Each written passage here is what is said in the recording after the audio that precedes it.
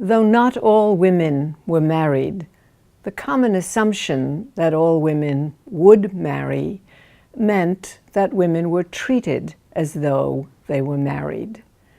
Not all women were white, suburban, married, or out of the labor market.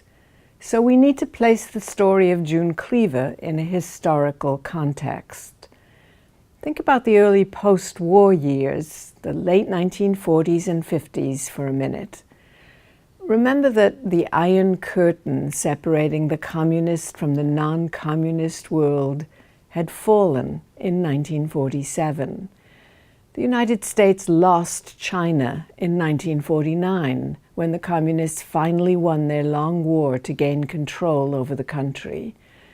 And in 1949, too, the Soviets exploded their first atomic bomb, threatening the United States and the world with potential nuclear war and starting off the nuclear race.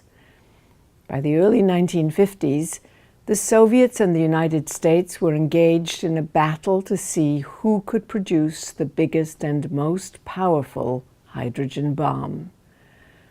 In 1950, the Truman administration went to war in Korea, an undeclared war designed to thwart Chinese territorial ambitions. In 1954, the Soviet Union and the US launched a space race that culminated in 1957 when Sputnik circled the Earth. The United States seemed to be coming in second in a frantic competition for space. Internally, these events fueled fears of subversion. Wisconsin Senator Joseph McCarthy ranted about the prevalence of communists in federal government and other sensitive jobs. Accused spies, Alger Hiss, Julius and Ethel Rosenberg, and Senate hearings dominated the news.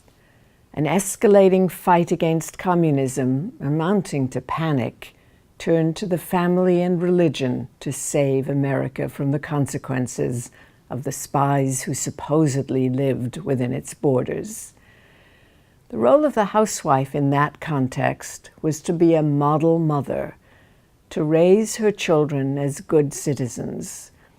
Her job was to so support and construct the family that it would become a fortress against the ideological threats of the outside world. Mothers could play a role in identifying subversive school teachers or libraries that had the wrong kinds of books. They became crucial warriors in the war for freedom and democracy.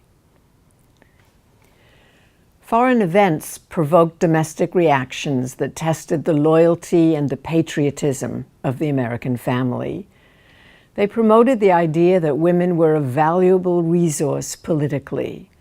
Much as they desired to go out to work to help their husbands, they were told that they ought to consider that their volunteer labor, their efforts to train the family at home, could shape the family into a strong bulwark for American freedom. As they became increasingly active on school boards and in the community, women would buffer ideological threats. They could save the world from communism if they stayed at home. If containing communism was roughly contingent with the containment of women within the home, then non-traditional or rebel women seemed particularly threatening.